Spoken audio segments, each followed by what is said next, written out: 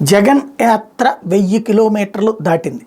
అంటే ఇంతకుముందు పాదయాత్ర 3,500 కిలోమీటర్లు దాటించి అంతకుముందు అంటే రాజశేఖర రెడ్డి 1400 కిలోమీటర్ల పాదయాత్ర రికార్డుని చంద్రబాబు నాయుడు అధిగమిస్తే, చంద్రబాబు నాయుడు రికార్డుని ఎంఐ మన షర్మిల అధిగమిస్తే, షర్మిల రికార్డుని మరొక వైపున జగన్ అధిగమిస్తే, జగన్ రికార్డుని అధిగమించడానికి పాదయాత్ర ప్రారంభించినటువంటి లోకేష్ మధ్యలో డ్రాప్ అవ్వడం వల్ల తన తండ్రి కోసం ఒక 3-4 నెలలు, ఆ తర్వాత మళ్ళీ జస్ట్ కంప్లీట్ చేసేసి 3000 దాటించేసి ముగించేసినందువల్ల ఇప్పుడు రికార్డు జగన్దే. ఇప్పుడు బస్సు యాత్రకు సంబంధించి కంటిన్యూగా బస్సు యాత్ర చేసుకుంటూ అక్కడికి వెళ్ళి అక్కడ బస్సు మీద తిరగడం కాకుండా కంటిన్యూగా బస్సు యాత్ర చేసుకుంటూ 1000 కిలోమీటర్లని అధిగమించడం ఒక రికార్డు అయితే, ఉగాది సంబంధించి తన భార్యతో కలిసి అక్కడ ఆశీస్సులు తీసుకోవడం, ఏదైతే హిందూ సంప్రదాయాల పట్ల లేదని ప్రొజెక్ట్ చేసుకునేటటువంటి వాళ్ళకి కాదనేటువంటి కోణాన్ని ప్రొజెక్ట్ చేసుకోవడం అన్నటువంటిది ఇక్కడ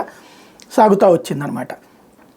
ఓవరాల్గా ఈ 1000 కిలోమీటర్లు దాటినటువంటి సందర్భం కరెక్ట్గా ఉగాది కావడంతో వాళ్ళ ఉగాది ఆశీస్సులు, వేదాశీస్సులు తీసుకోవడం అన్నటువంటిది ఇక్కడ కీలకమైనటువంటి పరిణామం.